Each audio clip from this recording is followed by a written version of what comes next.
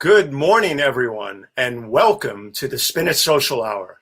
My name is Stefan Kaplan, and it is an absolute pleasure to be here with everyone this morning. I am so excited this morning for this show. It is beyond belief.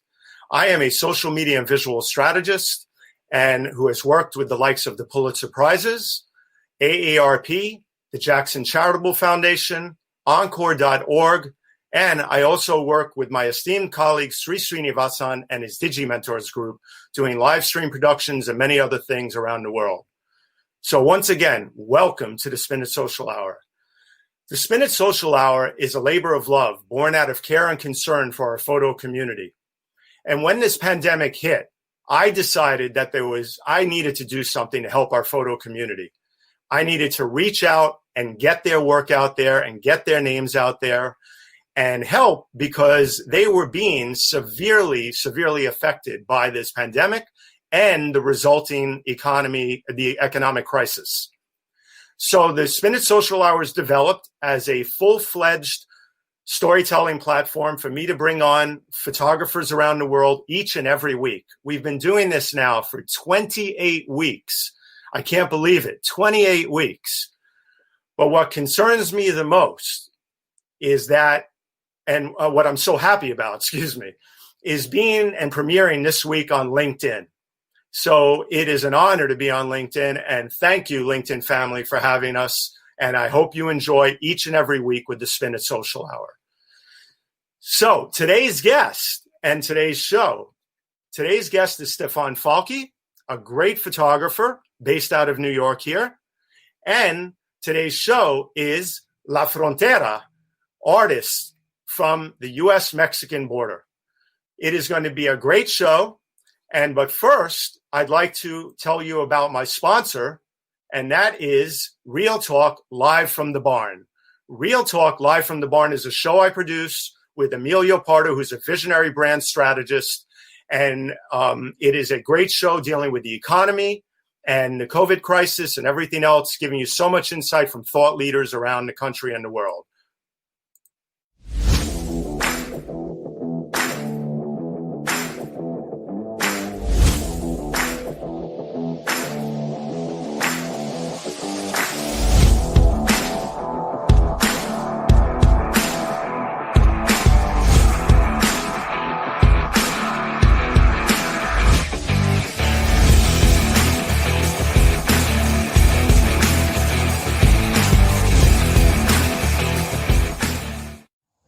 Hi there. Welcome to Real Talk Live at the Barn. My name is Emilio Pardo, and I am... So, Emilio and I will have a new show in about 2 weeks, so please look forward to it. But we are here today to give the build-up for Stefan Falke that he deserves. So, we are going to show some of his work here. Please enjoy it and learn about Stefan. Stefan Falke was born and raised in Paderborn, Germany. More interested in creating images than studying civil engineering, he started working as a photographer's assistant in Munich and later as a silk screen printer in Hamburg. Still, his dream was to become a photojournalist. By the mid-90s, major film studios were hiring Stefan as a set photographer for movies filmed in Europe and Africa. He credits his time for working on movie sets with "my most important time for becoming a working photographer." During that period, Stefan also started photographing a stilt walking school in the Caribbean, which resulted in both a book and exhibition titled Moco Jumbies, The Dancing Spirits of Trinidad. For his current and ongoing project, La Frontera, Artists Along the U.S.-Mexican Border, Stefan has photographed about 200 artists on both sides of the 2,000-mile-long Mexican-U.S. border to spotlight the vibrant culture of this binational region in stark contrast to the violence and illegal immigration cited by politicians. In the 12 years since La Frontera began, it has had 18 international exhibitions, a book, and wide coverage by major media around the world. Stefan is a member of a German photo agency, Life, and represented by Redux in the U.S. Everybody, please help me welcome Stefan Falke. Hello, Stefan. Good morning. How are you? I'm very good. Thanks for having me on the show. Oh, Really excited to be here. Thank you for being here. And thank you to our friend Claudia Steinberg for connecting us, another great photographer. Claudia Paul.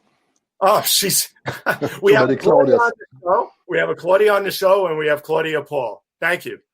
So anyway, I saw your body of work, and instantly I knew that I had to have you on this show to let everybody know about your journey and let everybody know about your work.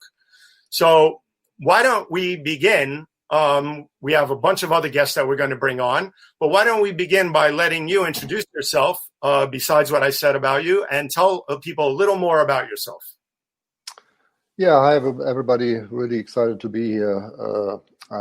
If you detect an accent, I was born and raised in Germany.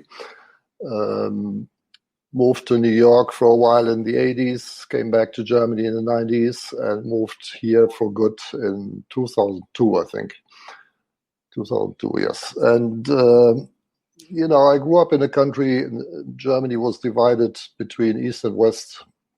And so my generation, being German, is just having a border. That we just have a border in our heads. I mean, we just grew up with that.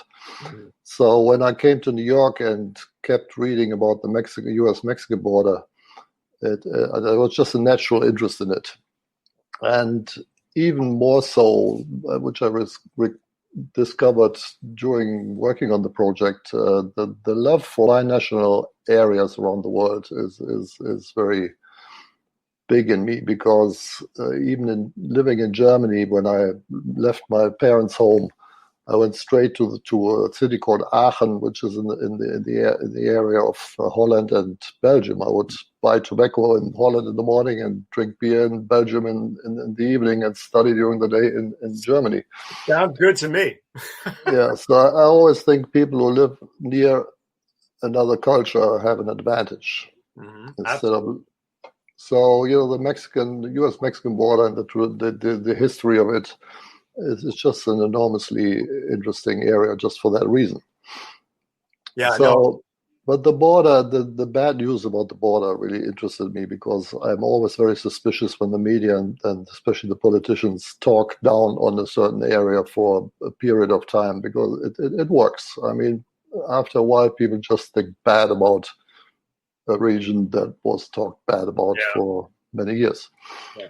So one of those areas in the world I was thinking about first was Palestine and Israel. So, but I'm not connected to, and geographically just too far away. It just was a natural thing to focus on the Mexican border.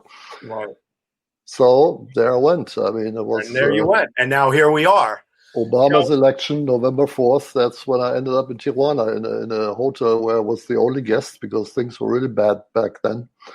Drug wars raging, and so-called drug wars, and it was very spooky and very, but it was literally like waking up in the morning and say to myself, I got to go to Mexico, or to the border.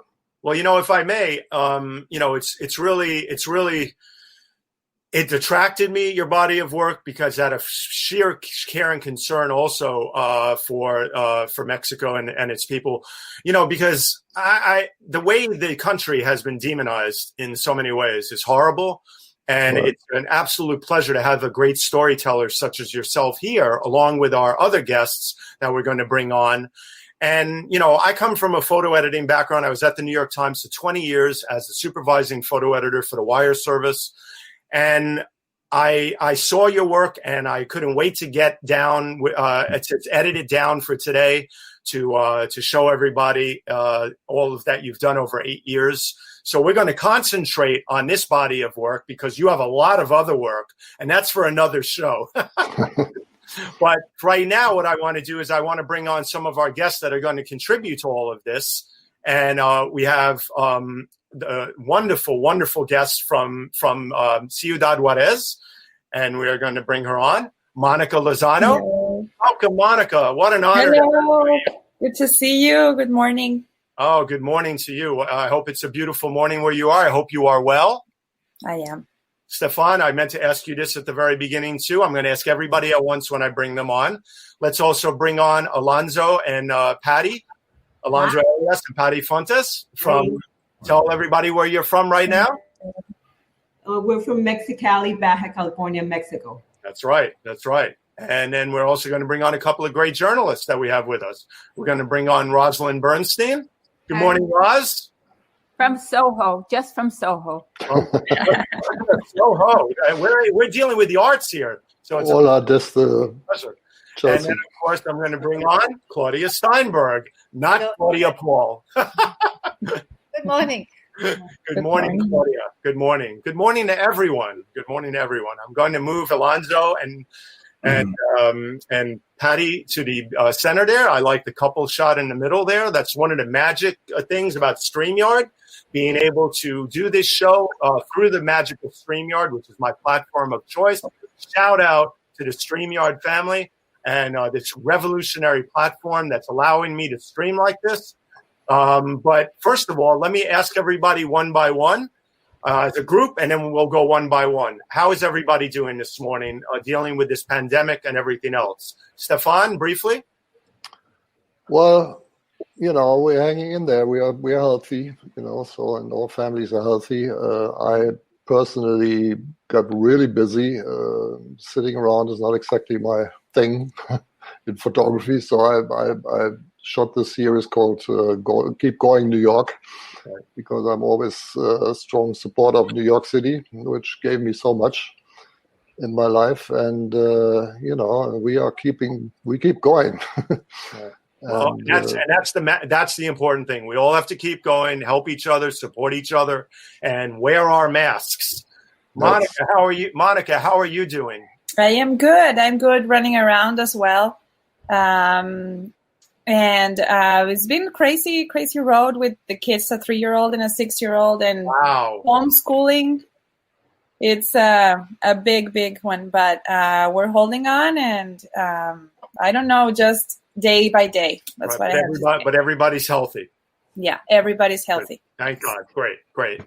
Claudia, how are you holding up with this pandemic right now? Well, I was very lucky that the entire summer I was able to be in a beach shack in Rockaway. Oh, nice.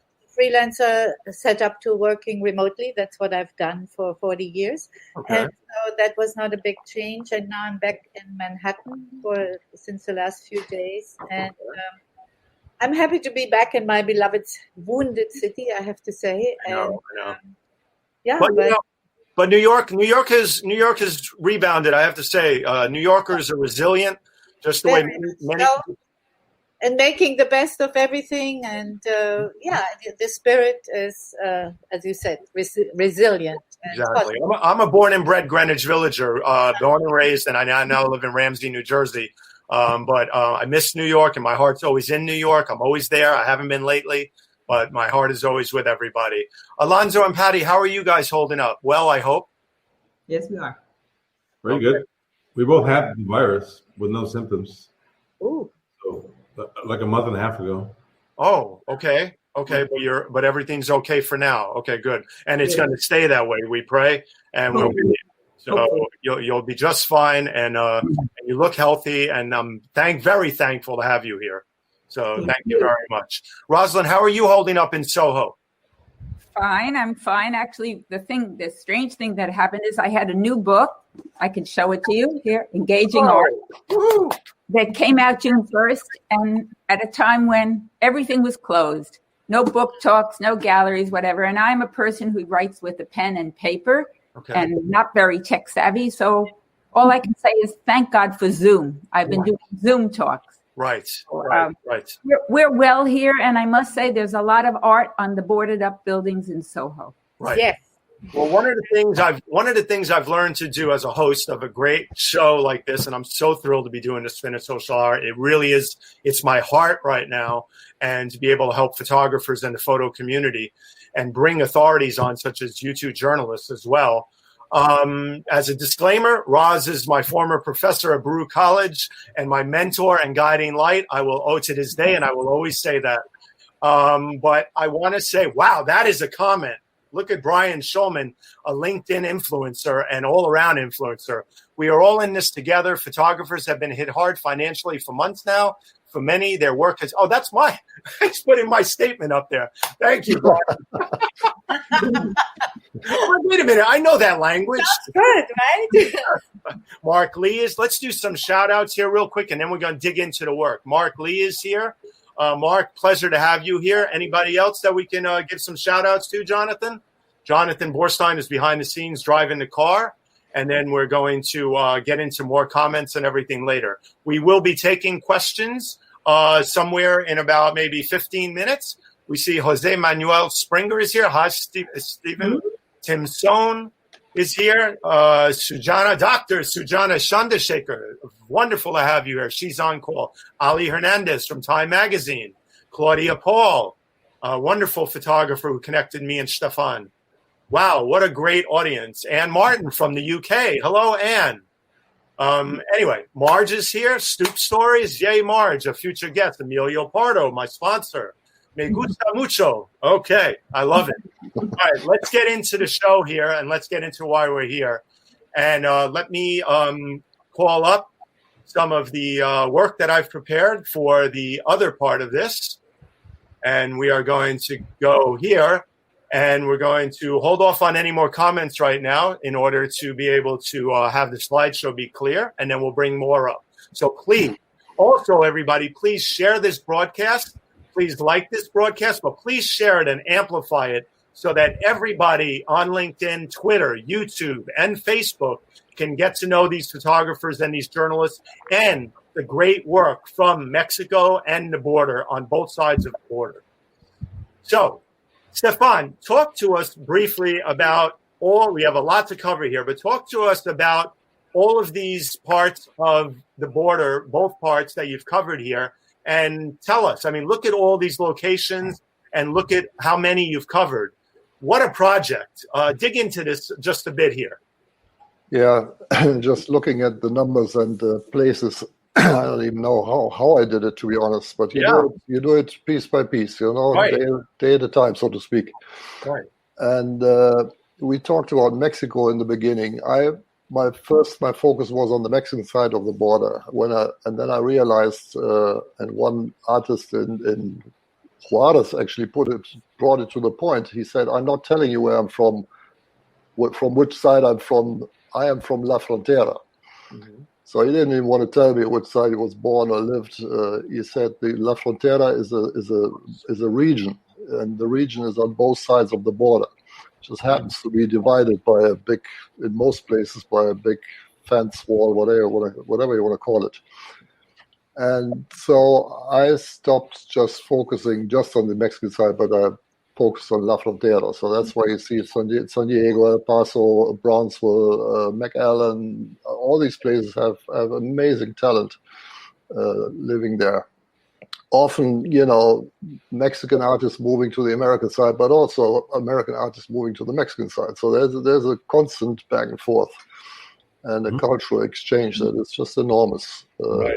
Enormously exciting. Right. As I said in the beginning, binational areas have two cultures to work with, so it's an advantage. It's not a hindering. I mean, living in the middle of a country and being stuck with just one culture is, in my opinion, not as good as living on the edge and being connected to another culture. So this is definitely a region that has a huge advantage in a cultural sense. Right. So I moved back and forth between. I didn't do the whole border in one trip. I mean, I kept coming back. I don't know how often I've been to the border, a gazillion times. And you go somewhere for 2 or 3 weeks, and then you got to come back and edit your work and all. I mean, I have tremendous amount of materials. It's almost unmanageable. No, you do. You really do. I shoot videos and not totally professionally, but I shoot a lot with my iPhone. But it's a documentation rather than art on my part. It's like I'm just connecting the dots, and I tried to make the project as non-political as possible, if that is even possible in these days.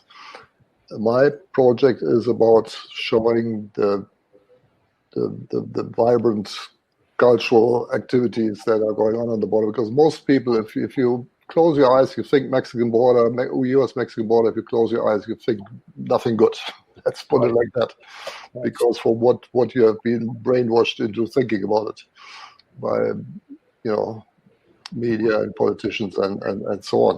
Mm-hmm. So when I close my eyes and think about the border, I'm like, I want to go back. And that goes for anywhere I went, because I know the best people in the world. Mm-hmm. And most of them are friends. I mean, I've photographed 200 artists, and I would say 180 of them are true friends. I mean, I'm in touch with them. I see them, and here Monica and Alonso and Patty. We are like, where have you been? Like family. It's such a major addition to my life. Yeah, a positive one. Yeah. So tell us about. So we've been looking at some photos, and we have a lot more to look at. But tell us, for instance, talk about this photo here. It's such a beautiful photo. Obviously, right near one side of the border. Tell us about this, please. These are 3 opera singing, or 2 of them sing, and one plays the piano. They have a little opera operation, and they are true border crossers. The first one, Anushka, lives in San Diego. The other 2 live in Tijuana, and one of them is Ukrainian, believe it or not, which I never knew. There's Russians and Ukrainians living in Tijuana, so that is a real interesting side point. There's a whole community there. Right. So these 3 crisscross the border and put on their opera shows.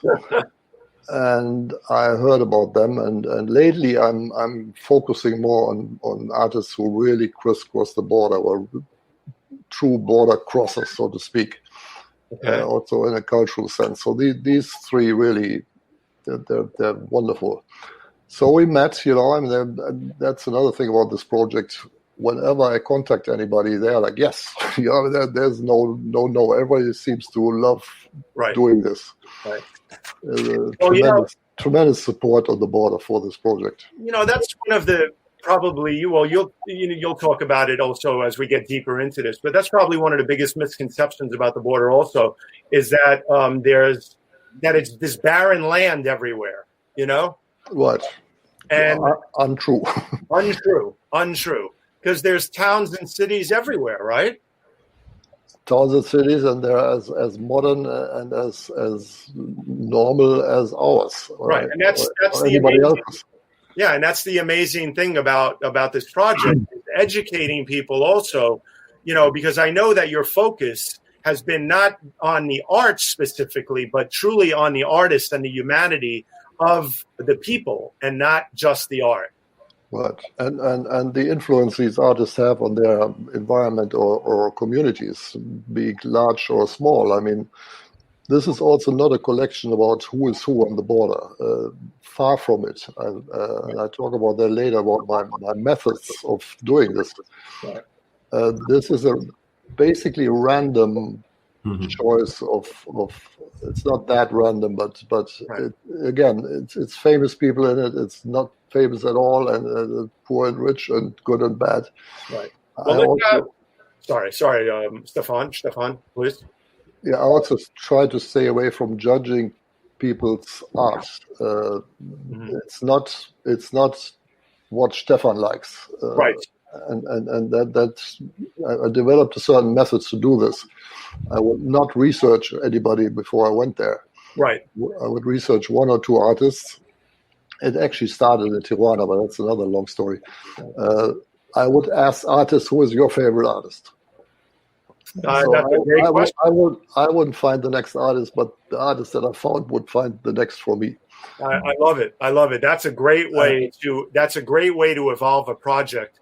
Speaking of project, why don't we bring Patty and Alonso into the conversation here, since their photo is right on the screen. Patty and Alonso, introduce yourselves, please, and tell everybody your special part in being on this show as collectors of art, and tell people about the specific nature of the art and the wonderful things you've been doing over the years.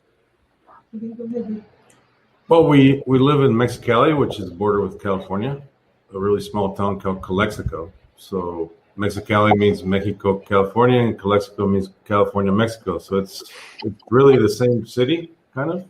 Right. same people, and we just cross the border to do certain stuff. Like I work in the United States, I cross every day, right, for 2 years, and for the nature of the people in this area, the whole state, the art is everywhere, right, on the border or wherever we go. So if you we just start paying a little bit of attention, and we got hooked because it's something really personal.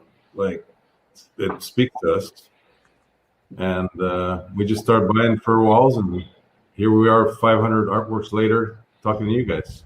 Right. Wow, 500 artworks later. So your house I know you've moved a couple of times, but your house is like a mini museum. Kind of, yeah. It must be. What is that, Patty?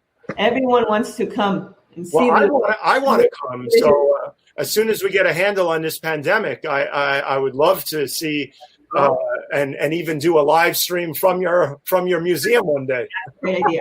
That's a great idea. But I have to tell you, the passion that you guys have for collecting all of this art is, I've never seen anything like it, having so much art in your actual home. It must be such a joy to wake up every morning and go to sleep every night looking at all this art. It must fill your hearts with joy for all of the artists that you support, and also the nature of the topics covered.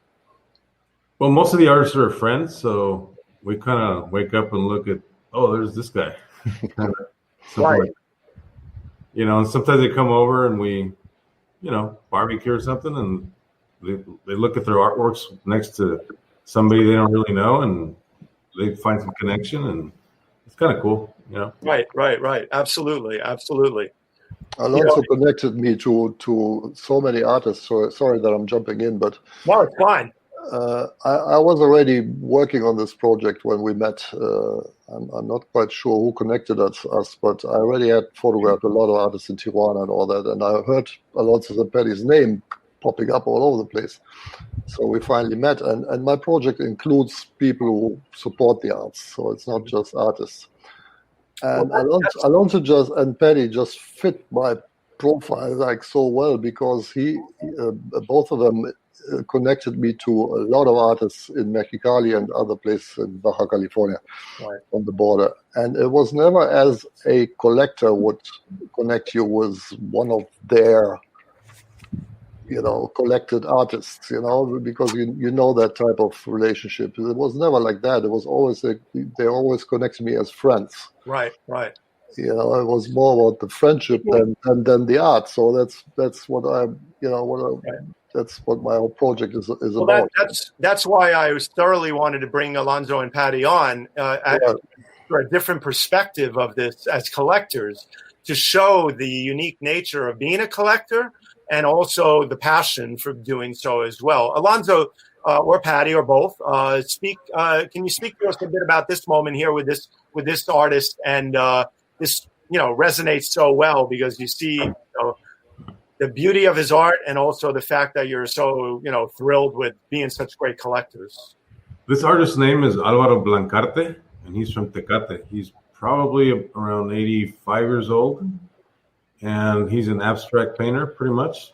But one of his biggest merits is he has been the teacher for generations. Should we say generations? I guess so. He's 80-something, 87 or something. Pretty much what we collect, he's been the teacher of almost every one of them. And everybody loves him and admires him, and he taught them how to be disciplined. Wow. Without having to crack the whip, just by logic and sense and goodwill. And he's very well respected. And that day I met Stefan there, I think, at that video. By accident, I think. I think Jaime connected us. And Stefan happened to be there. And I was there to buy the painting that we're holding. I didn't know what. Right. Yeah, so he captured a special moment for me, and and then I think we decided to meet later in Mexicali, Stefan and I, and then our relationship started. Well, history. I tell you, the connecting of the dots in life for me never stops, and I'm glad to see that it continues with artists and collectors and everybody else, because it really is about creating a great community. And that's one of the things I also wanted to do with the Spin It Social Hour every week, is bring people together to celebrate the arts, to talk about important topics. And 2 weeks before our crazy time that we are living in here in the United States, dealing with the election and many other things, I was really I had a tremendous desire to have this show 2 weeks before the election, to highlight the beauty of the Mexican people, to highlight the beauty of the artists, and to stop this horrible nature that this demonization, as I said at the beginning of the show, that has happened in so many countries by one individual specifically. And I will not get into politics right now, but I will say that I want to continue on here and show some more of this beautiful art. Look at this. You have a beautiful collection, from paintings to sculptures. Tell us a little more. Well, that's our old house, and we moved. Okay. Right behind my back, you can see a green painting at the top of my back. And if you look at my Patty's back right now, the same painting's there. Okay. What? So we moved, and no, you're back. That's right there. Yeah, you're back now. Here. Oh, yeah. Yeah, anyway, it's a little weird on a live stream. Yeah. In the picture, I guess you could see Hugo Crossway, he's from Rosarito. Right. The painting I'm pointing at is Pablo Castañeda from Mexicali. Right. Very prolific, really prolific artist. The one between my face and my fingers, Manuel Barrona, which passed away recently. He was the oldest living artist born in Baja California. Wow. And the one behind me is what we call him pioneer artists from this area. Right. And behind that is Julio Orozco from Tijuana. So our collection is Tijuana, Tecate, Ensenada, and Mexicali artists, and points in between. Jonathan, can we have that comment back for a second, please, sir? Jose Manuel Springer says, I've seen the Patty Fontes and Alonso Elias collection at the Kikut in Tijuana. It's absolutely amazing. They promote the local artists from Baja California, and I really admired people with such a commitment to collecting and keeping a reservoir of local artists who, I may add, are part of the international art scene. That is just wonderful. He's a very important curator in Mexico, so it's a big voice. It's a pleasure to have him watching this show, and I hope to connect with him one day too. So thank you. Manuel's a teacher for the oldest, and I don't know if I should say best, but the most renowned art school in Mexico City and the whole country. Right. He's a teacher, and he's been a curator for a lot of shows, so he kind of knows what he's talking about. Well, it's an honor to have him watching this show, and he knows, since he's senior collection, he is the authority, as you say, on this. So wonderful stuff, and we will show more in a bit. Let's go to Monica now, because can I go just for a second? I'm very ambitious with this show with 5-6 people. So I'm also going to bring Ed Cordy back here at the bottom, because let's take the ticker off for just a sec too. So this way that we have as clear of a picture as possible. I may need to scoot down a little, but Monica, welcome, and tell everybody about how you got started, and I'll show some of your work as we talk here on these projects and what it means to document the work that I'm going to show that you've been doing. Well, I was born and raised in the border. Also consider myself border, la frontera, and it was until I was 25 that I encountered photography, and I started to document. I began in the downtown Juarez area on the Mexican side, and it was considered one of the most dangerous parts of the city. So at night, I went with some friends, and we documented, trying to literally find the light in the darkness through photography. And we encountered so many scenarios. This was back in 2005. So afterwards, 10 years later, I am in Madrid, Spain, living and studying a master's degree in photography. And when I arrived to Europe, I have this big cultural shock. And the first thing that amazed me was immigration. And how there were so many mirrors of what I had seen in the border of Mexico and US to what I saw now in Europe. And I traveled to Morocco, and I traveled through Europe. And it was eye-opening to me. I could see the same abyss, I could say, in the eyes of the immigrants that I met from the ones that I had met in Juarez, in Mexico. So my journey got to I could not help but start my photographic journey with this theme. So I research stories. This work is called Borders, and it's a research of 18 stories of people who have crossed borders in amazing ways. Wow. I don't mean to interrupt you, but I have to say, when I saw this work on Borders, I have not seen anything like this. And I have to tell you, it made me cry a little.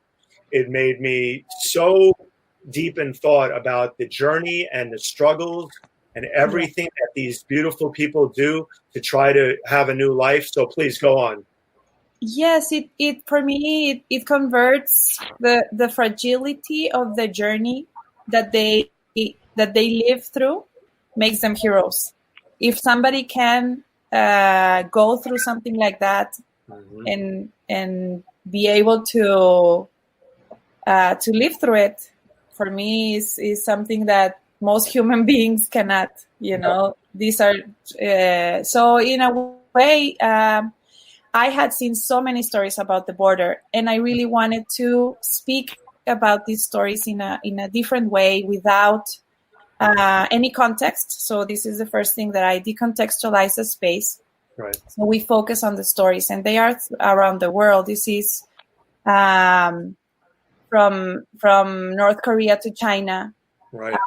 The Berlin Wall as well. Monica, speak to us about this photo right here, because when I saw this, it just stopped me dead in my tracks. Yes, from Mali to Morocco, through the border, the immigrants hide in between the mattresses. So this is a way to cross. So what I have discovered, even through my own life as well, and through the life of humanity, when you are rock bottom in life and you have nothing left and you have nowhere to go, the mind starts creating a way to survive. So you think the unthinkable. And this is what this series is about. How you cross a border, how it's something unimaginable, and you make it and you do it in order to have a new life. You're risking your own life because you have nothing left to do. And so this is from Mali to Morocco. And of course, I did this series in the school that I was studying, the master's degree. This was my final project. And I had never before felt so sure about a series until I did this. I have to say I shot this series in 12 hours. This is because I was an immigrant myself. So I was working with whatever I had. Most of the people helped me out because they believed in the project and the stories. Right. And so I had to get the objects for the photos, and I wanted to concentrate on the story and on that moment when the immigrant has left their life but has not arrived to their future. So they are in this time of nothingness in the middle of the crossing, where they don't know anything and they are just, floating in the nothingness. Wow. I'm telling you, I'm sure you're when you finished this project and you handed it in, that it blew everybody away. I mean, I'm sure that they were like, wow, what an incredible body of work you started by doing this. I mean, I've just never seen photos and thinking about their journey, the people who have put everything at risk to be in a mattress, to be in a tire, to put themselves in car seats and other things. I mean, it's just heartbreaking. But on the other hand, I have to say it, if they can survive that, God help us all for wanting to help them once they get here, you know? Exactly. Yes, and that is what the thought that I saw when my mother sent me this newspaper ad with the car seat photo or the recreation, the original one, this one on the left, and I thought, what does it take for a human being to be able to hide inside of a car seat in order to cross a border and be there for hours, with your legs numb, with no air, and is a desperation of the situation that is happening. And I've met so many stories along 15 years of working with this issue. Mm-hmm. And it's been an honor for me to have the trust of so many people that have told me their stories and let me do a recreation or even document. Right. Well, and then of course, all of the items that many of these people carry. I mean, if you look closely at this, the variety of items, it's basically anything that most of us would have scattered around our house, and they have to have, of course, with them during this journey, and hopefully they're able to keep it with them. And many lose it, as we know, and then end up having all kinds of other problems when they're stuck in the desert somewhere or other places, and then they're left, God help us all, in the middle of the desert or on a boat in the middle of the ocean. So this picture is very important in my photographic journey, because this is the last picture that I take for Border series. And this picture, I had my mother again send me through the mail stuff from Mexico. So what happens is in some of the health centers that are in the border, they call it a Happy Meal. Can you imagine? It's a Happy Meal, cajita feliz. And so these are these kits that they give the immigrants before they cross. They know they're gonna cross this. They call it the devil's lava or the devil's fire. Las brechas del diablo. Right. The biggest. This is one of the most difficult journeys to cross. From Sonora in Arizona. Right.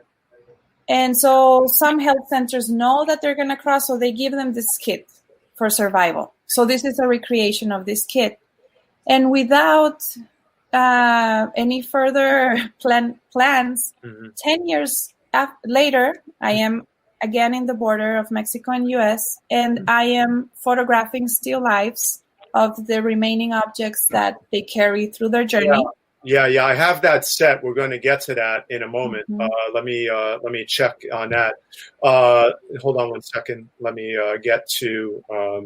No worries. I was just mentioning that this photo is important because it's the initiation of the next project 10 years later.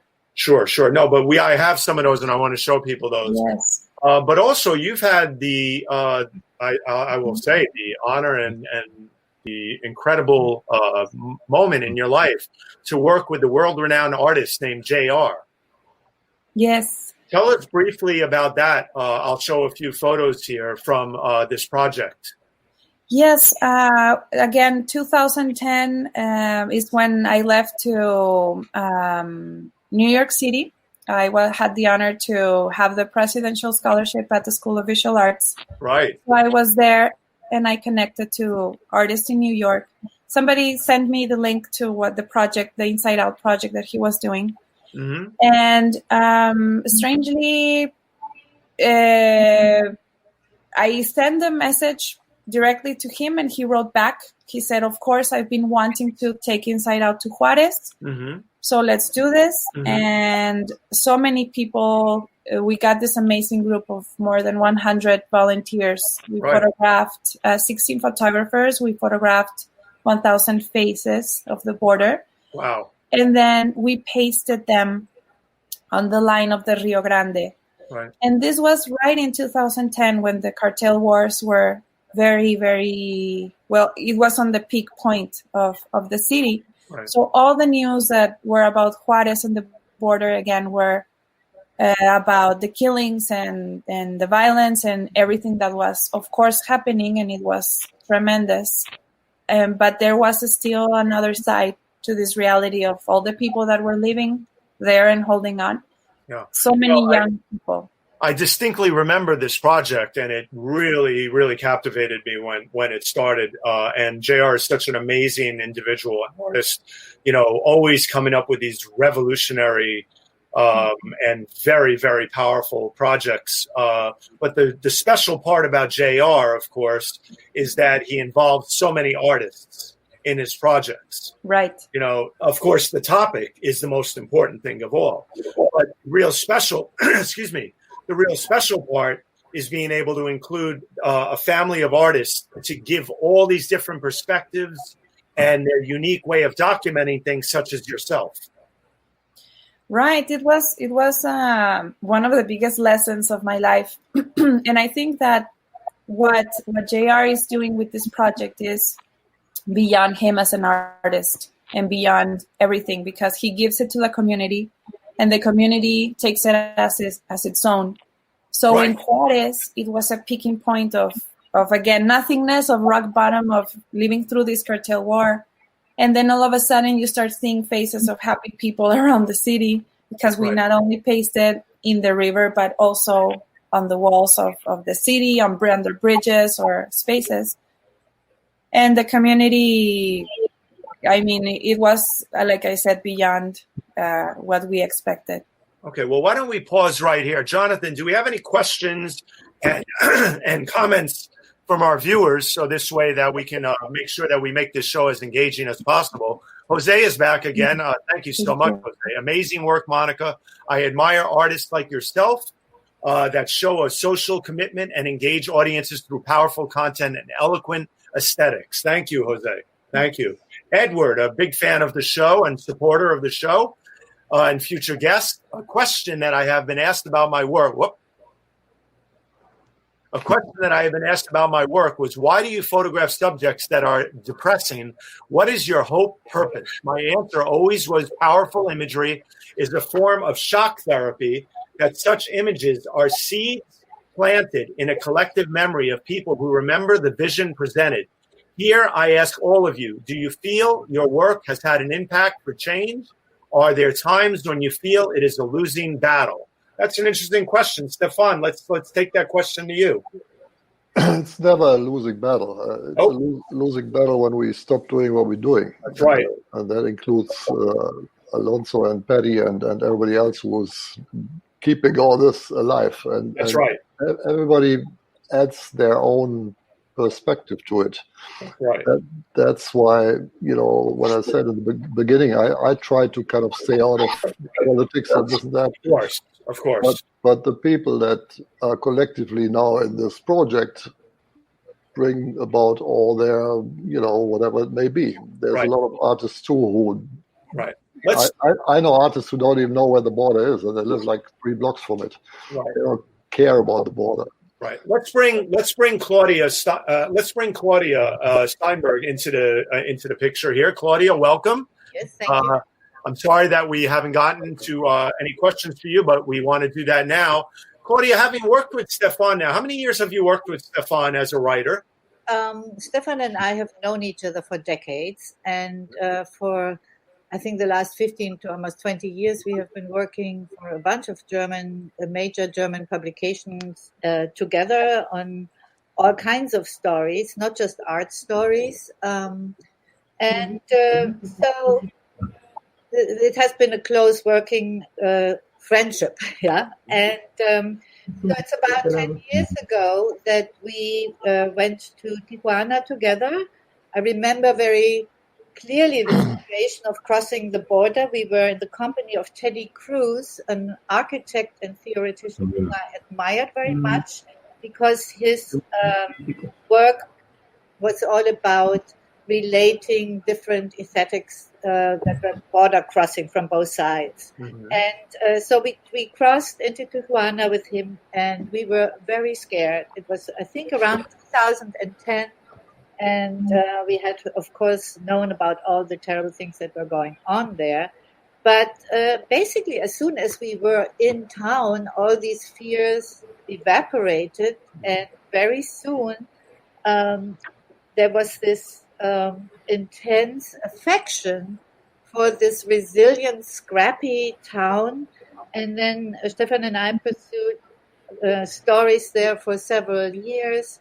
Not only artists, we had great conversations with a guy called Oscar Romo, an architect who helped and artist who helped citizens of the canyons, who basically the favelas, how to make build houses out of the trash that the factories would throw into the canyon. I mean, amazing work. All of this was so exciting, but also the very first time Stefan and I went together, Stefan had already been there previously, and he introduced me to Ere, and the artist who has this amazing structure, provoking ice right at the border, and he held something like a salon. That's a European word, but nevertheless, it was an amazing meeting of several artists talking, presenting their work, and there was such a great spirit of resiliency, of survival, of creativity, and I was completely enamored with this place, and it became like the Ricardo's diner and so on, became like a favorite place, and just talking about it, I almost feel homesick for it. Yeah, and so, yes, and I mean, I share Stefan's background of having grown up in Germany with the idea of a border, which I crossed many times into East Germany just with that curiosity. And so Tijuana was something like a laboratory. And right. This is what the idea of that had been introduced by Romo as well as Teddy Cruz. And we saw it happening. And, yes. Okay, so let me throw a question to Roz Bernstein. Roz, we wanted to ask you, having written about the arts internationally and traveled so much, what is the significance of a body of documentary work like Stefan's to the world? Well, one thing that I've been thinking about watching Stefan's work and Monica's too is, so often work that's about social engagement, works about communities. So often you confront a kind of censorship, either artists self-censor, they won't show certain works, or I've covered recently, I've written about Palestinian and Druze women artists. They suffer government censorship. So I find wonderful here that Stefan gives us, artists in their studios, in their home environments. It feels pure, it feels uncensored. And Monica, you haven't mentioned, but I wonder if at any time you ever dealt with people who said, can't show that, not comfortable with that, don't show that.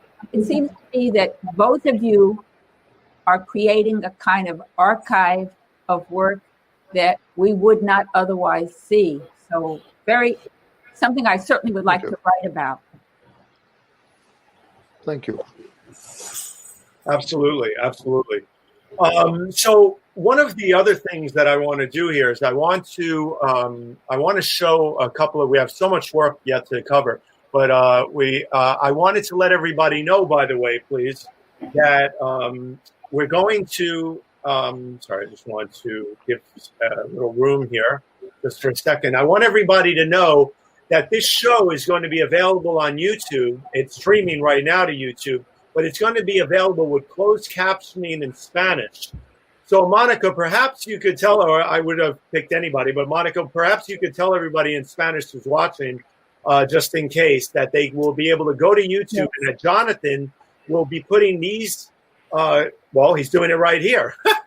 Para ver la transmisión Spinach Social en español, visite YouTube mañana en Spinach Social Hour, diagonal videos, youtube.com. Abre este episodio y programa show y verás a la rueda de configuración, wheel, y luego a la opción option. Luego haga clic en subtítulos y auto-translate y encuentra la selección del idioma en español. Gracias. And Monica, can you please let everybody know that they could take a snapshot of the screen here if they want, or they can go into the comments and the instructions will be there for them. Sí, en los comentarios van a estar toda la información y pueden tomar un screenshot de esto. Thank you, Monica. Thank you. That was beautiful. Thank you. I do the Spanglish too. No, it's wonderful because, so always being a social media and digital strategist, I'm always looking for every possible option. And I was saying to myself, what can we do to make sure? I didn't have a translator, but I wanted to make sure that YouTube has an option that many people should know about, that you could go to the wheel, the settings wheel, and actually auto-translate the YouTube videos to many, many, many different languages. Exactly. It's amazing. It is. Technology. So let's move on with some of the work here because I still have so much to cover, and we're going to go, into this. That was Enrique Gaspar in El Paso. Stefan, I love this photo because I've always been a huge fan of puppeteers. I grew up in Greenwich Village, and there were a lot of puppeteers and other people from Soho and many other areas where Roz lives. And it was just wonderful to be able to always see them do their work. And I grew up around the Greenwich Village Halloween parade, and there were many puppeteers with life-size puppets. So this really captured my heart. Thank you. Yeah, this man, and I forgot his name right now. I can't look it up. He literally crossed my path. I mean, he was definitely nobody I was looking for. And I was so thrilled that he had an art form that I hadn't really covered yet. Because it's interesting that you say that, Stefan, because I had a point that I was going to make about this, and I was going to ask you, actually. It's in Matamoros, by the way. What's that? This is in Matamoros, by the way, the very eastern end of the border. Okay. One of the things I was going to ask you was, well, actually, Monica, you too, have many of your projects evolved naturally, and in terms of you, Stefan, your subjects, have they evolved naturally from each other, working on one and then realizing what it is you need to work on next? So, Monica, why don't you tackle that one first? Yes, definitely. They are all interconnected, and one is behind the other one. Like I mentioned before on the photo of the still life of the objects that the immigrants carry to cross, I did not know back then that this would be the beginning of the new project that I worked on at the end of last year. Yeah. So yes, they are. I had to close the sun is coming in so strong. I apologize, folks. This is the time of the year where even a live streamer has to understand that he's going to have to battle different times of new light. So we learn as we go, but we make the corrections live and we deal with it. Yes. Anyway, Stefan, how about you? I mean, you actually already said, right, that many of your subjects keep introducing you into more subjects. That's right, but the bigger projects themselves, they really literally come to me. I'm a visual person. I can't really think straight. If I can't put a picture, I can't, it's of no use. Right. So I'm visually very impatient. I always say too. Like if I see something and it grabs me, then it grabs me. And the interesting part is they're all interconnected by things you wouldn't think of. Like I worked in Trinidad in the Caribbean for 7 years on one project, right? Mm-hmm. And part of the project was there was this Mexican-American artist, Laura Babata Anderson, who did certain costumes for the school I was working with. And when I had the idea of the border, that's the person I called. I wouldn't have known her except for Trinidad. Right. She lives in New York too. So I called her. I said, do you know anybody on the border, since she's Mexican? Right.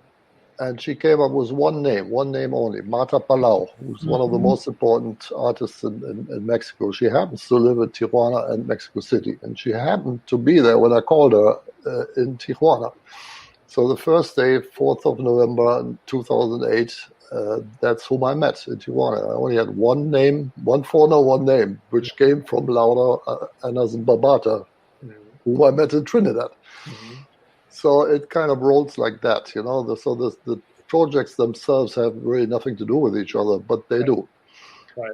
You know, I wanted to touch on this one part real quick, just to give some notoriety to this. I really was amazed by this, and it was such a beautiful thing to read about. One of the things I love in putting this show together every week is learning so much about the projects, of course, about the artists, but also the individuals involved that have been captured. For example, this story about the trolley cars that what part of Mexico is this? El Paso. No, it's in El Paso. In El Paso.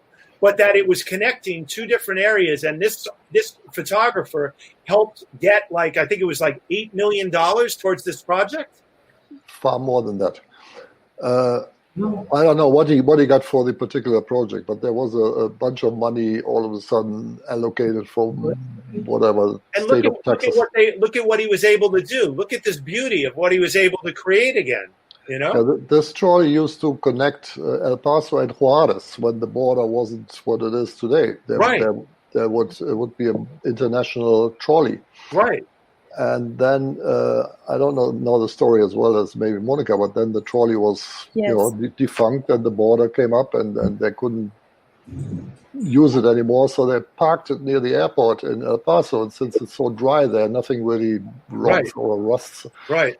So and Peter Schwarzbein, that's his name. He studied here in New York at the SVA.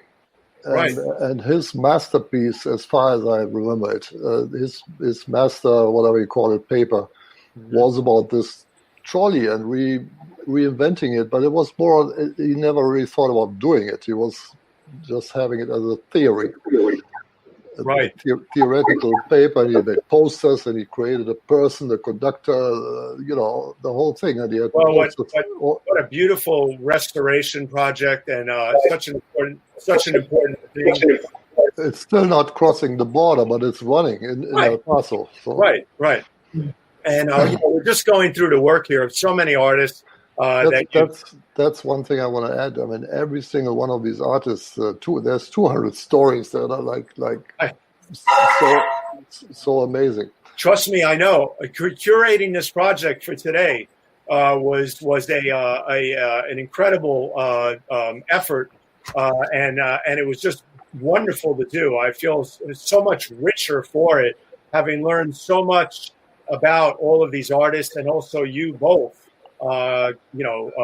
Monica and Stefan, and also the writing and the work that Claudia's done, and Alonso and Patty too. Just so wonderful to keep going through all of this. And artists who have done so much, whether it's music, whether it's collecting so many of the things that are left behind and then putting them into art projects such as this.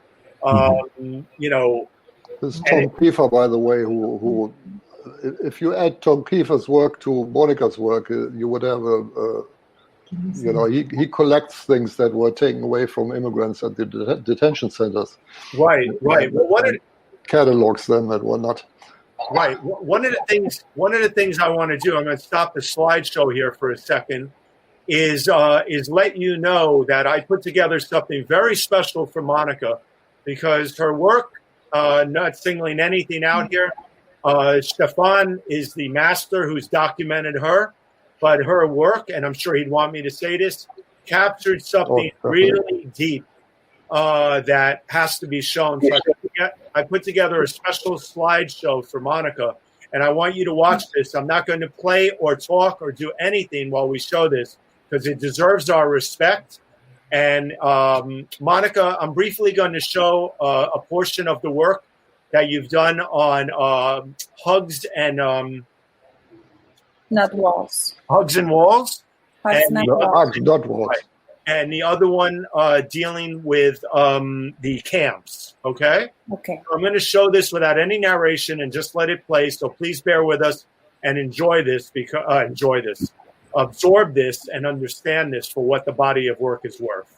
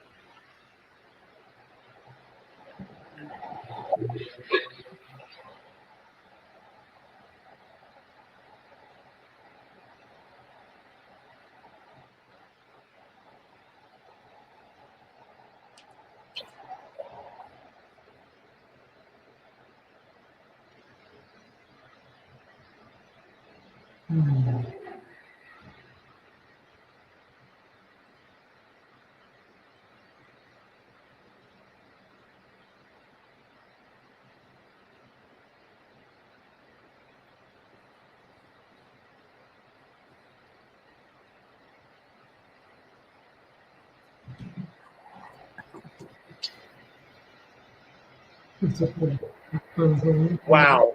I mean, Monica, I have to tell you, just brava, and just thank you. I know it brings tears to your eyes just watching that stuff, and it does all of us.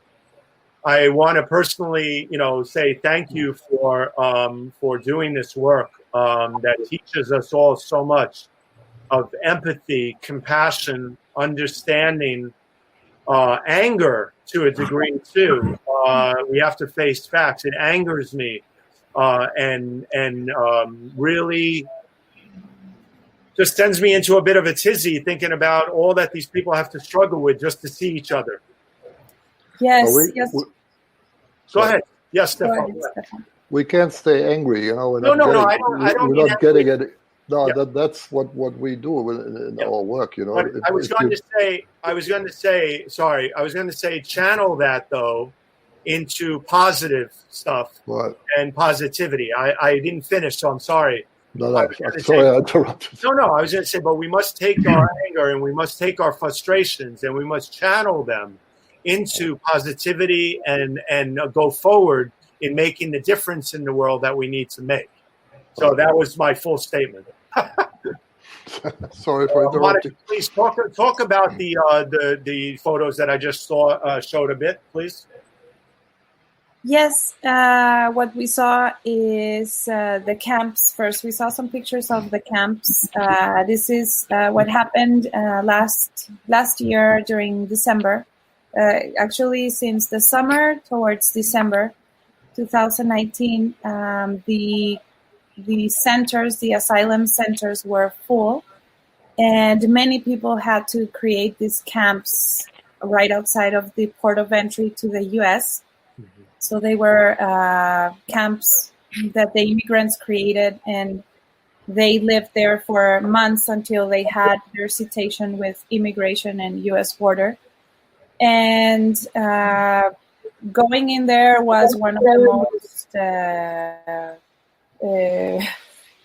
raw experiences I photographed, looking at how they were, families were living in the camps outside of in the park, outdoors, and with the winter, with hunger, with all of it. So we saw some pictures of people washing their clothes in the water faucet, in the drinking water faucets.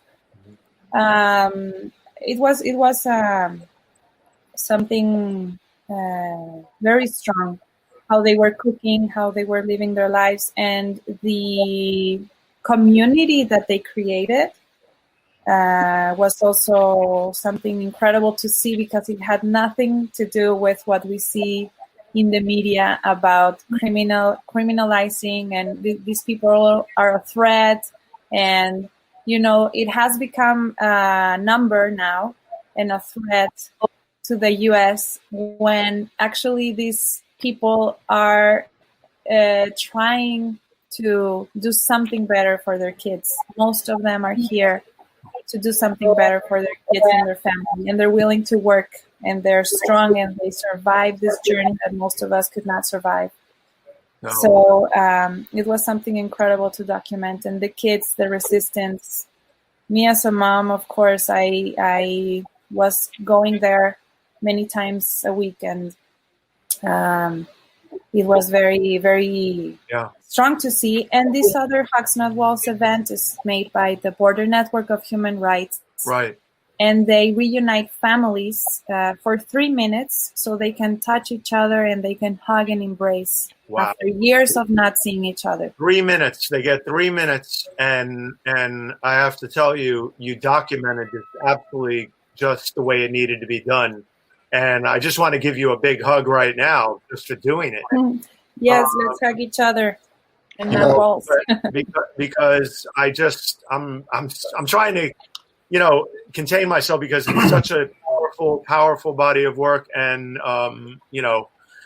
wow. I wanted to show them as you were talking a bit about it and add in a few comments. But one of the things I also want to do, we have a little time left, is I wanted to point out, please, everybody, share this broadcast. It's been the Spin It Social Hour here, premiering on LinkedIn today, but also on YouTube, Facebook, and Twitter. You will find the Spin It Social Hour every week here on all 4 platforms now. It is an honor to be doing this and reaching out and telling everybody about these photographers, because you have to remember, everybody has been hit hard by this pandemic. And our thoughts are with you specifically, Alonzo and Patty, that you continue to do well, continue to feel well, and we're going to be thinking about you as time progresses here, since, COVID and everything has touched you a bit, and not a bit, but it has come into your life. But you will do well, and we're all behind you, and we wish you well. Thanks. Stefan, I just wanted to... Yes, please, Roz, go ahead. I wanted to jump in and say, on the last images, Hugs Not Walls, I wanted to say what a brave and brilliant decision to shoot in black and white. Yes. That's Monica's work. Yes. No, Stefan, but I was saying is... Oh, sorry. I thought you said Stefan. It's okay. No. I was speaking to Stefan. Yeah. I do have one question for you, Stefan, which is, in your notes, that I have from you, you said that in recent years, or recently, I don't know, it's not dated, the paper I have, you've been looking at more political, border, and immigration issues rather than just an archive. Why is that? What is that shift about? Because for a while, it was important to me to get many artists to show the whole scope of things, although I'm not near any number that is there in talent. But I realized right in the beginning I need a massive project to show that the border, which is 2,000 miles long and has 2 sides, so that's like 4,000 miles almost, that this project had to be big. And then all of a sudden it was big. So if I increase the number of portraits from like 200 to 400 now, which is totally possible, easy, but it wouldn't change the message. Right. I mean, the project in that sense is done. The message is there. I can't increase it by increasing the number of artists that I photograph. Although I would love to, because there's so many that I haven't photographed yet, so many. So lately I'm a little more selective in stories that I like, which, as I said in the beginning, the methodic was different. I would not even do any research. I would just roll, Mm-hmm. Now I'm hearing about stories like Tom Kiefer, whom we showed before, who collects the personal belongings that were thrown in the garbage by the detention officers. And what's his name? Alonso Enciso. I find the name in the Alonso Enciso, who puts up crosses in the Sonoran deserts for every remains of an immigrant who has deceased there because of heat or whatever, exhaustion. He had put up 800 or 900 crosses by now, and the numbers are like in the thousands. So he has a lot of work to do. His project is an art project. He doesn't do that for religious reasons or whatever. But he respects, and he says he uses the cross because it's an international sign for respect, which I agree on. So he gets the information from the government where they find bodies or remains, and he goes out and puts it. So these kind of stories interest me. What an incredible thing to do. Let me quickly bring in our co-producer, my co-producer right here. I wanted to introduce him, Jonathan Borstein, who's been in the corner behind the scenes here. Jonathan, welcome. Welcome. Oh, wait a minute. We have mute on here. Sorry. There you go, Jonathan. Welcome. Welcome. Hello. Thank you. Thank you for doing everything. Thank you for everything you do as a co-producer of this show, driving the car behind the wheel, behind the steering wheel here, behind the scenes to help us get this done every week with the captions, with the comments, maneuvering it all. Jonathan, tell everybody a bit about yourself, please. I am a full-time flaneur, a sometime writer, and part-time tech. Also, interestingly enough, I collect folk and outsider art, so I'm very interested in some of the artworks here that have been documented both by Stefan and as well as the collection in California. I wanted to give everybody a close. That's why I gave everybody a close-up of your humble abode there. You have quite the collection of art. What you see behind me, though, is not Mexican. Those are flags from Haiti. African art is very interesting. But another or another photographer.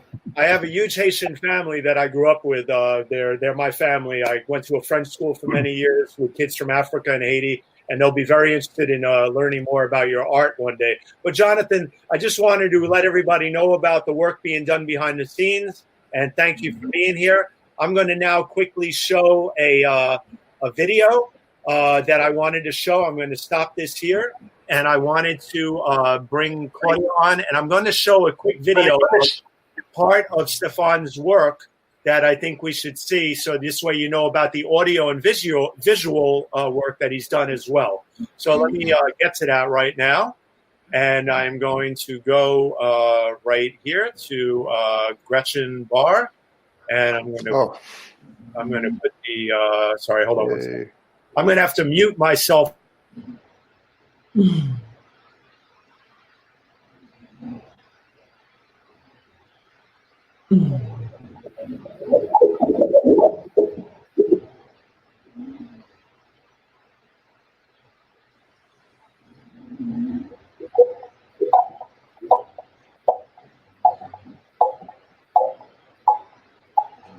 Hi, I'm Gretchen Bear, and I live here on the border in Bisbee, Arizona. I paint the border wall with kids in Mexico nearby. We've been painting for about 5 years. We're called the Border Bedazzlers. We have turned the Mexican border wall on the Mexican side into a giant canvas for kids. So we're painting the world's longest kids mural. We've done 1 mile so far, and we're just going to keep on going. And we're trying to send a positive message to the world that people are kind on both sides of the border. We are respectful and loving to our neighbors in Mexico, and just want to do something good and something positive. And so we're going to go paint that border wall this afternoon.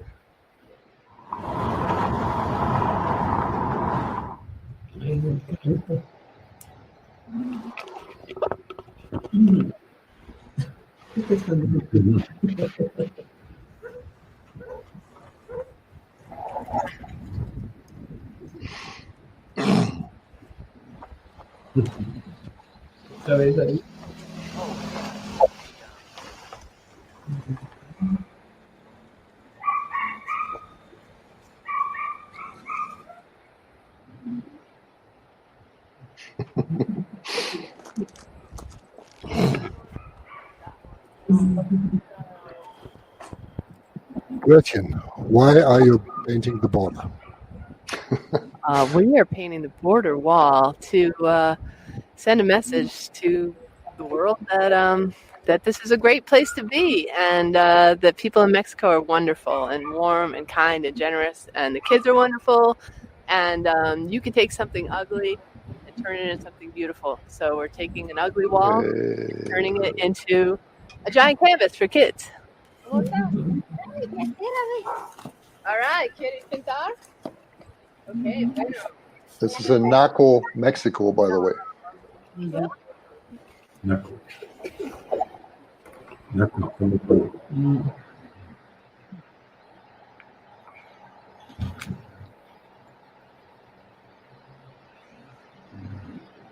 I had to unmute myself again. Thank you. I wanted to show that video. I dug it up because I went through dozens of videos for Stefan and this show, because it really, what she said right there is what I want to conclude with this show. I thought it was a perfect ending. I hope you all agree. Having been talking, I'm not going to cut anybody off here, but I just wanted to finish just saying that I thought it was the perfect ending for the body of work I wanted to show about Stefan and also Monica. So Stefan, go right ahead, please. Yeah, I just want to add to that video, which still brings tears to my eyes. And that's one of 200 wonderful people I call my friends now. I mean, I'm just so blessed with doing this. Well, but this border wall, that's my last thing I want to say, is it's not existing anymore. They tore it down because they replaced it with a high security fence just half a year ago. Right. And all that was destroyed. But what I'm saying with that is what we do, what Monica does, what we all do here is also part of a historical document. I have documented things that I never thought would be a document, right? Because it's not there anymore. But we have it. You know what I mean? So what I'd like to do now is have some parting words from everybody, and then I want you to all stay backstage while I do a wrap up of the show. I want everybody to know you've been watching the Spin It Social Hour this week, premiering on LinkedIn. Thank you, LinkedIn family, for having us. I hope you've learned a lot today. I hope you've learned a lot about these artists and the humanity that they've captured and all the great work. And Stefan's showing off his connection with Photoville. Everybody should visit Photoville when they have a chance. I went last year. I wish I could have gone this year, but I couldn't. But they are an incredible, incredible celebration of photography. I hope that I can do a live show with them one day. It would be wonderful to do. So hook me up, Stefan. Let's do this. But more importantly, let's continue to educate people about artists out there, photographers every week through the Spin It Social Hour. And please share this broadcast. Let everybody know about it. I can't believe it, but we've had a whopping 120 plus comments already that everybody can read on Facebook and other places. And also, at least we had up to 40 live viewers at one point. And I hope that this continues to amplify afterwards. But on that note, please, some parting words from first you, Stefan. I just want to thank you for putting up the show. I mean, this is so helpful. And it was such a, I wish we could have a huge roundtable with 200 artists. Maybe one day we do. Whoa, 200 people on a live stream. Not yet, buddy. No, but let's say 10. At least let's start with maybe 10. 10 is the max I can fit on the screen on the regular. 10 that represent the entire border. Stefan has big goals. Yeah. Monica, you have to unmute. You have to unmute. You're muted, my dear. Okay. Yes, Monica, thank you. It's been an honor to have you here too. Please, some parting words. Yes, thank you, Stephen, for the invitation, of course. And I have to thank most of all Stefan for your wonderful work. It was amazing, the time we met in Juarez, and you are a voice to all of us. So I thank you very much, Stefan. And the message I would just close with is we have to be brave to open our eyes and really see reality and what is happening, and not only stay in one side, but see all sides. And finally, would you be kind enough, once again, quickly, just in Spanish, to let Jonathan throw it up on the screen to let everybody know that they can find this in YouTube and also translate it through YouTube in Spanish. Si la transmisión va a estar en español, la traducción la pueden encontrar en la parte de abajo en YouTube. Okay, great. There's the instructions. I want everybody to benefit from the knowledge of this show about the body of work. And Claudia, some parting words, please. Yes. First of all, I would like to say to Monica, I think that every anti-immigrant fanatic should see your pictures. And I think they would really make a difference. And Stefan, I hope we will go south of the border again soon. We're learning Spanish together. Yes, so we are. helpful. Stefan, thank you for having me. And Roslyn and Alonso and Patty, so nice to meet you. And Absolutely. I hope we see each other again. Yeah. Wonderful. Alonso and Patty, some parting words, please. Well, thank you, Stefan, for inviting us. Stefan. This is my first time on like this kind of thing. All right. And hopefully, people to collect. It's not very hard. It's not expensive. So, you can help out artists and make your house beautiful. That's right. Please. Alonso, just a couple of words? I really appreciate the relationship with Stefan. He's visited a few times, and it's just I love what he's doing, showing the world this area that people think is like the desert, and I really appreciate it. I fell in love with it. I fell in love with everything about this project, and the beauty is I'm thrilled, I'm honored, and I'm just over the top with joy to be connected with you, Monica, you, Stefan, you guys too, Patty and Alonso. And I hope, like I said, I hope that this brings more attention to this.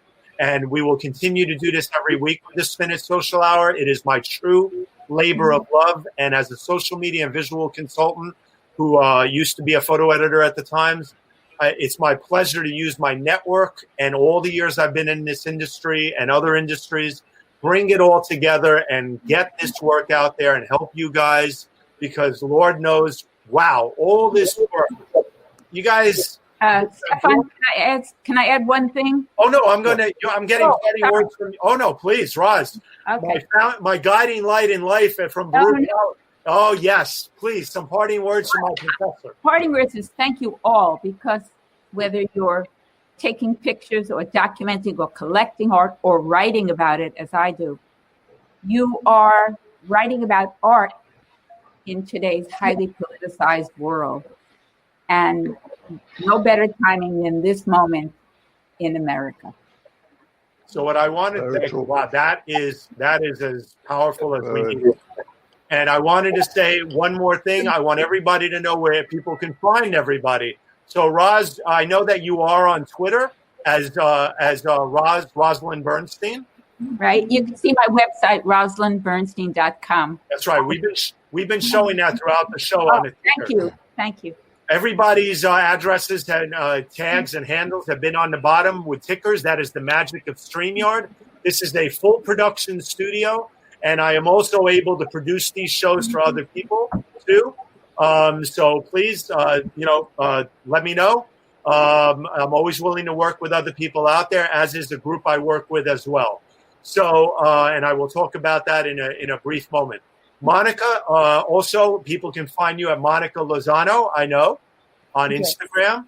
Alonso and Patty at Colección Elias Fontes, correct? Yes. Okay, so it's Colección Elias.Fontes.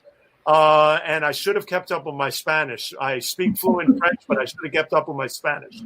And Stefan, we know we can find you at Stefan Falke Portfolio and also Border Artists. Chitachi, thank you so much.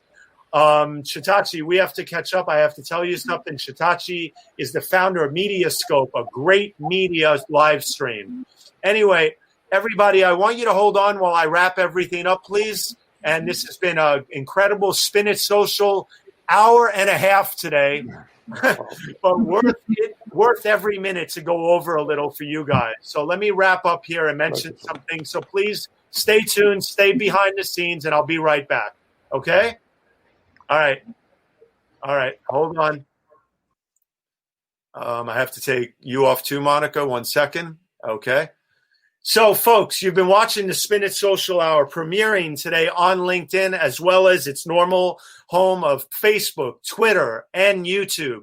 Please find it on all channels possible, and also on YouTube at the Spin It Social Hour, all 28 shows, including today's. And let me wrap up by saying next week's guest is going to be a wonderful photographer named Stuart Dryden from Calgary. Stuart is an amazing photographer. I was blown away by his work the minute I saw it, and I said, you need to be on the show. He's a great photographer, so bringing him on from Calgary next week. So please join us Saturday, October 24th at 10 a.m. on all channels. Let me also mention a wonderful